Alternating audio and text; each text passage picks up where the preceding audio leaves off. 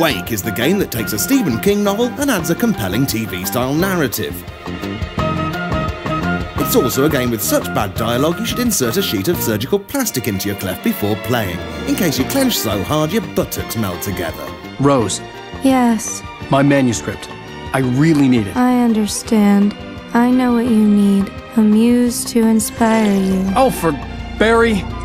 She doesn't have anything. Yeah. It's difficult to explain the feeling you get when playing the 360 exclusive Alan Wake.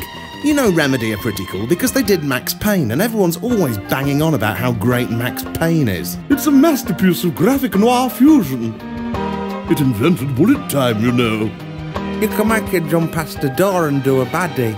So, unless you're 6 years old, angry about your choice of console, and can't stop posting on internet forums about the bad graphics, Alan Wake comes preloaded with goodwill. So when that goodwill is tested by a daft script, an unlikable lead character, and a wisecracking New York Italian called Barry, it's like... You once had a friendship with a talking dog. You solved crimes together, you rode him up a butterscotch mountain, and you were just transcribing his autobiography when a drill fell off a high shelf and lobotomized him.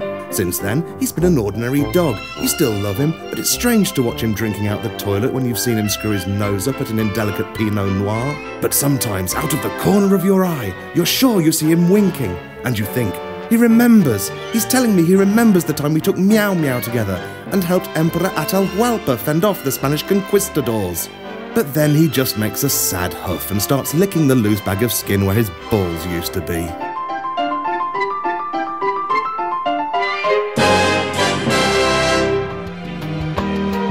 What I'm saying is, I can see that elements of Alan Wake are dog bad, but I can't tell if it's my old amazing dog secret winking at me bad, or a stupid regular dog who can't even blink properly bad.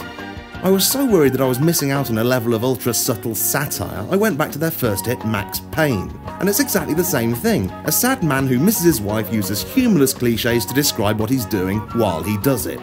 Right, now I've got that out of my system, I can admit that Alan's pretty good. Look, we're even on first name terms. There aren't a huge range of enemies. Something Remedy probably realised when they decided to add the slightly unterrifying sizzling black puddle for a bit of variety. But fighting the Taken is as close to fun as you can get when you're battling a darkness born from your own neuroses.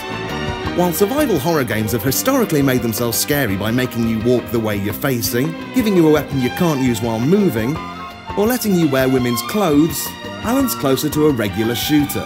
You just have to worry about getting rid of the darkness first. It's tense, restricting in the right way, and it even almost kinda makes sense. Don't expect puzzles, because Alan's idea of a brain teaser is finding a nearby switch. But you can expect a genuinely interesting story that's strong enough to survive the shabby dialogue. Let's act like we're on vacation. However, one thing I cannot forgive, and that's the A Wake pun. What other names were in the blue sky bag, eh? Adrian Lurtz, Stuart Leapy, William Here's My Wife. There's plenty right and wrong with Alan Wake, but for all its faults it's doing something different and it pulls it off with considerable style.